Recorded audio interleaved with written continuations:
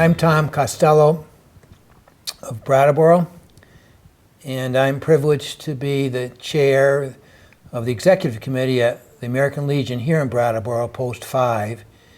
We're going to talk today about a banquet we're going to have on the 21st of November at the Brattleboro Legion Hall, commencing at 5 p.m. And this banquet is to honor the 11 heroes who gave their life for our country during the Vietnam War. Present with me today to talk about this is Leonard Derby of Halifax, who's the president of the Vietnam Veterans Association of America. Chapter 843. Thank you very much for being here with us, Leonard. Absolutely. And also present is Dante Fernandez. Dante is a senior at Brattleboro High School and is a member of our organizing committee for this event. Maybe we should start with you, Dante, to tell about how this event has been planned and the history of its organization. Well, the plans for this event started a couple of months ago after our Civil War memorial. You, Tom, contacted me saying that we were going to be doing something to honor the Vietnam vets, and I was interested and agreed. We had meetings every Thursday at around 8 o'clock, 8 a.m. There was Russ, Tom, and a couple of other people, including myself. We discussed the logistics of what the memorial would look like, where it would be. We decided it would be at the American Legion and Memorial Park. And over that time, discovered that in addition to the 6 men that are on the rock here in Brattleboro, we also have 5 other individuals from this area who served in Vietnam and gave their lives. Now, you served in Vietnam yourself, Leonard. Yes, I have. And I think you might be familiar with one of our heroes. Jan Elmer. We worked together years before Vietnam. It was an interesting thing. We worked for the same company at that time. At that time, however, I was unaware that he was in the military at that time. And so it was something I learned afterwards. There are 6 Brattleboro men who are on the memorial in the common here. And they are Stanley M. Baker, who was from Guilford, Billy Bassignani, who was from Brattleboro and Newfane, Johnny Blake, who was from Brattleboro, Paul Dart from Brattleboro, Joseph LaRose, who was in Brattleboro before he enlisted, and Jan Ulmer.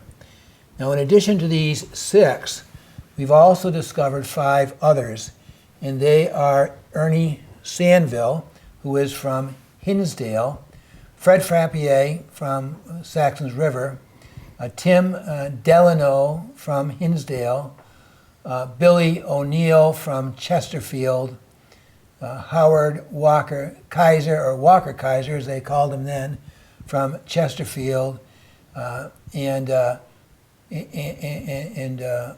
Ernie Sandville of Hinsdale, if I didn't mention him already. And so these are the 11 men who we're planning to honor.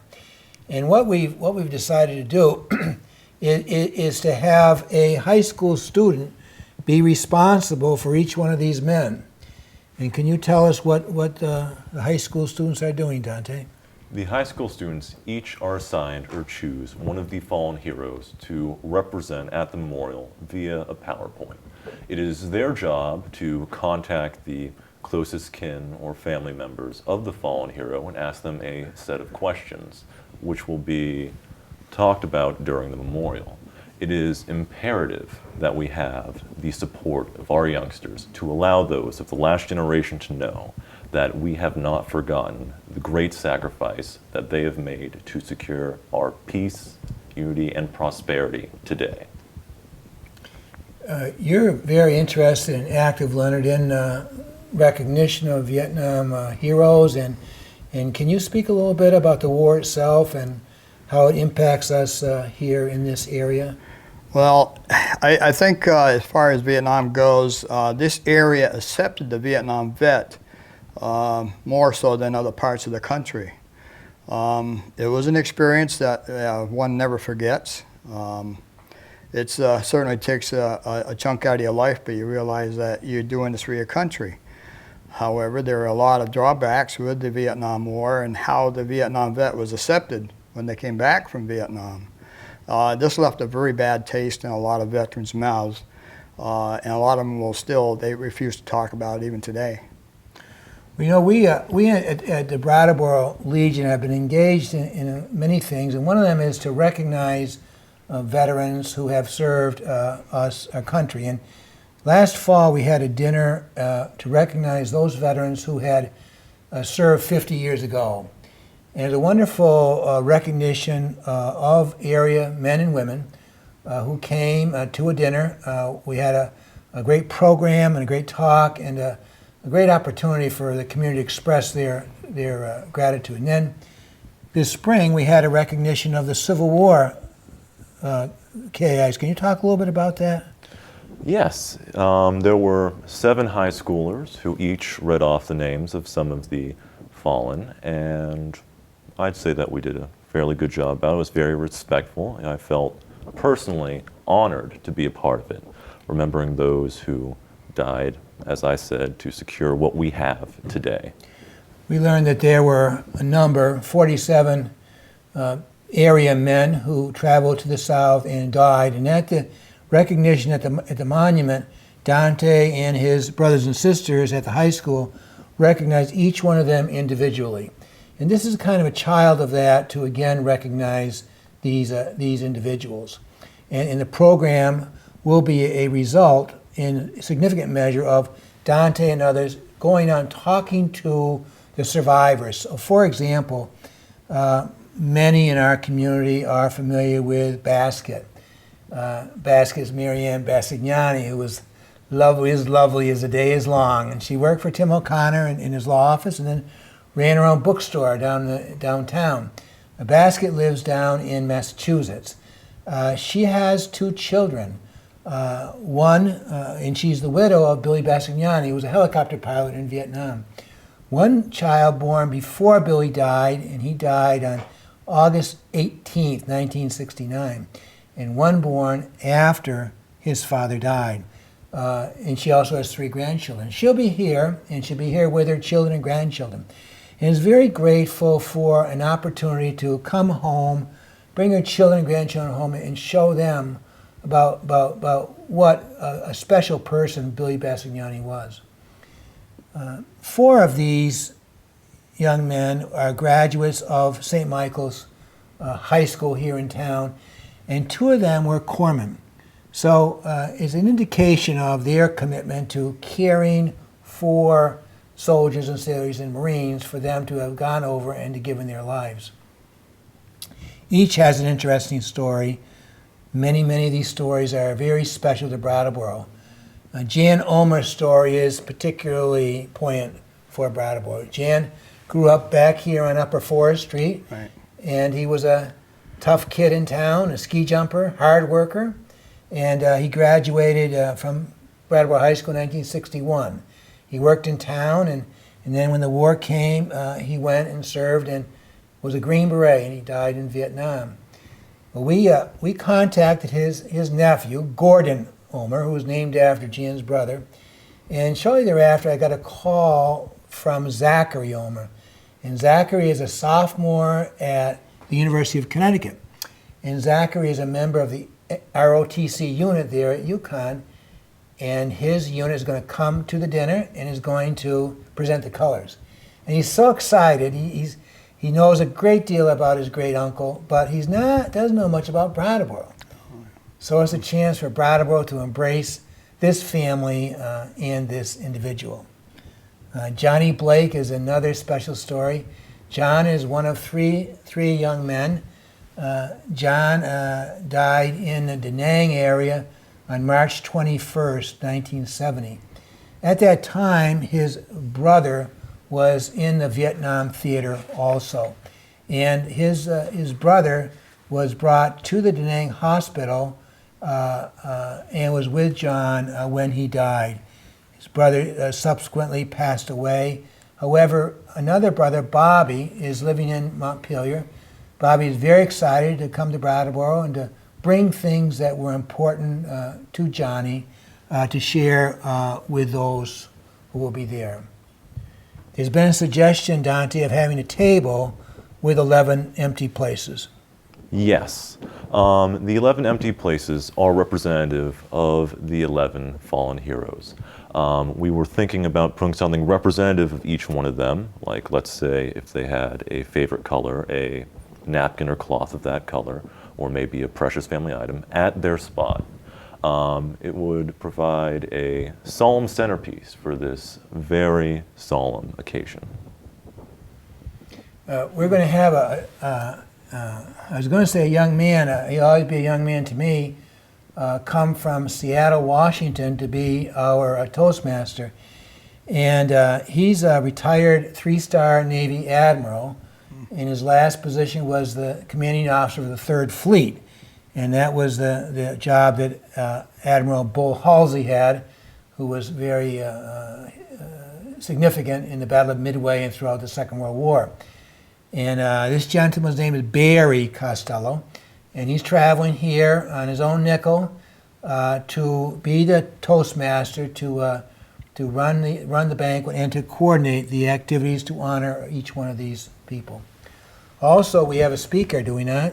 Dr. Tortolani. Yeah, he's one of our members. At one point, me being the president of the local Vietnam Veterans chapter, he was my vice president for several years until work overwhelmed him and he had to resign from that post. However, a great guy. He's a great guy to talk to at our meetings. He attends most of our meetings, and our meetings are held the second Thursday of every other month, beginning in January. And if Bob can't make it, he certainly calls me and lets me know, which I appreciate. But a great guy, yeah, absolutely.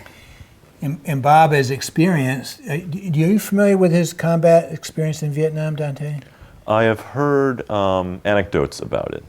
He was a battalion surgeon, and this wasn't like MASH. I mean, he was out there at the fire bases in the provinces and with the combat troops, and was living with those that were injured and died on a daily basis. He was out there for his entire tour. He's a very eloquent, earnest person who will give an address to us that night. Now, we're all part of a family here, whether we're veterans or non-veterans, and we are hopeful that people will come to this banquet regardless of what their age or gender or disposition or feelings for or against this war or any war, because no one can argue with the fact that these 11 men gave their life valiantly. We've decided, after a lot of conversation, to have a theme for this banquet. Our theme is honor. We realize that there is a lot of mixed feelings over this war. Its legality, the things that occurred, and love it or hate it, you cannot argue that these were brave men and women who gave their lives to protect us. We are only doing this to honor them. It's about the soldiers, not the war. And as part of our honoring, we are going to have a special gift for each family to recognize their loved one. And any survivor, any member of the family will have a free dinner that night. And any Vietnam veteran will also have a free dinner that night. Others are most welcome to come, and the dinner is $15 a piece. Now, to do so, you want to get a ticket, because this is going to be sold out, and you want to get it early. And you do that by calling my office, which is 802-257-5533. And you go on extension 102, and you want to speak to the inimitable Miss Peck. And she will take your name and address, and she'll give you a ticket there, and she'll want to get paid the $15 if you're not a Vietnam veteran or a survivor. Also, you can contact her through an email, which is twcoverseas@gmail.com. So it's twcoverseas@gmail.com. Now, this is a purpose of this is to honor the families of those who gave their lives. Leonard, it's also an opportunity for those of us who were so fortunate to survive to come and honor these men. And, Absolutely. And we hope that through yourself and others, we ever get the word out and to recognize that, and this is, I think, the most important thing that we're trying to articulate here today, and that is that we want every Vietnam veteran to come to this dinner and to be present to honor these 11 heroes. And it is in honoring them by the presence of our brothers and our sisters that is most poignant. As anyone knows who's been in combat, the most crucial element of this experience is the brotherhood between those who are fighting. And we are all brothers here, those who survived and those who didn't. And it's vital that all Vietnam veterans come out on the 21st November at the Legion Hall, beginning at 5 o'clock, and to express and be with us as we honor these heroes. Don't you think? Yes. I find this to be especially fitting for the year of 2015, since this does mark the 50th anniversary of the Vietnam War, the official beginning in 1965. So this would be a great honor, I'm sure. We've been very fortunate to also have the offices of the Roman Catholic Church here in Brattleboro on Walnut Street, which is going to have a Mass beginning at 4 o'clock on the 21st November. So the celebration, the banquet, and the recognition begins with our prayer to our God for ourselves and our brothers and sisters here and gone. And from St. Michael's, we'll then go to the Legion Hall and have a social hour and then a banquet. And it's a wonderful opportunity for all Brattleboro and Vermont and area people to come and spend a few minutes and remember and to honor those that gave the last full measure for their country. Beautiful. Anything else? I'd like to mention, too, that John C. Blake, there was a DAV chapter named in his honor back in the early 70s, and I'm not sure now whether that chapter still exists or not. Johnny was such a great guy. I knew him and I didn't. I grew up in Rutland, but Johnny was a member of the Black Sneakers gang. And they were ball players at St. Michael's, and they had black sneakers just like the Celtics. And we'd read in the paper and see Dr. Mariani and guys like Johnny Blake and terrific athletes in a little tiny school who succeeded so wonderfully under Coach Joe Moore. And I remember as a kid seeing that name, Johnny Blake, and knowing what a special person he was. And when he went as a corpsman, Right. and he died for his country, saving his brothers and sisters. We have had members in our chapter that did know John personally. However, I did not have that opportunity. But And we want to make sure that in John Blake, although he has only one brother surviving, he has at least a platoon of cousins, all Lagousiers. wow, Lagousiers from Brattleboro and all over Brattleboro, and some of them served in Vietnam. Jackie Gousier did. oh yeah, And so they've come forward, and they're going to be there to honor their cousin, along with Johnny's brother, Bobby. Donja, is there anything else you'd like to add to? Yes. I would like to add that I am exceedingly thankful to be a part of this process, and I'm even more thankful that there are people today, both young and old, who are remembering events like this, whether it be the Vietnam War, the Civil War. We need to remember. The only way things like this lose their power is if they're forgotten. absolutely. I think in light of the POW-MIA issue, that's something the country should remember. We must not let them be forgotten. We'll have, as is our wont, the very estimable Francis Xavier McMahon, who resides in Townsend, who's a Catholic priest. He'll be saying the blessing, as he does with these events. And Father McMahon is a veteran of 35 missions over Germany in a B-27 during 1944 and 45. And Lenny Randall will be there, Bronze Star recipient from Okinawa, and Dick Hamilton, a POW who was shot down over Germany. They'll be there.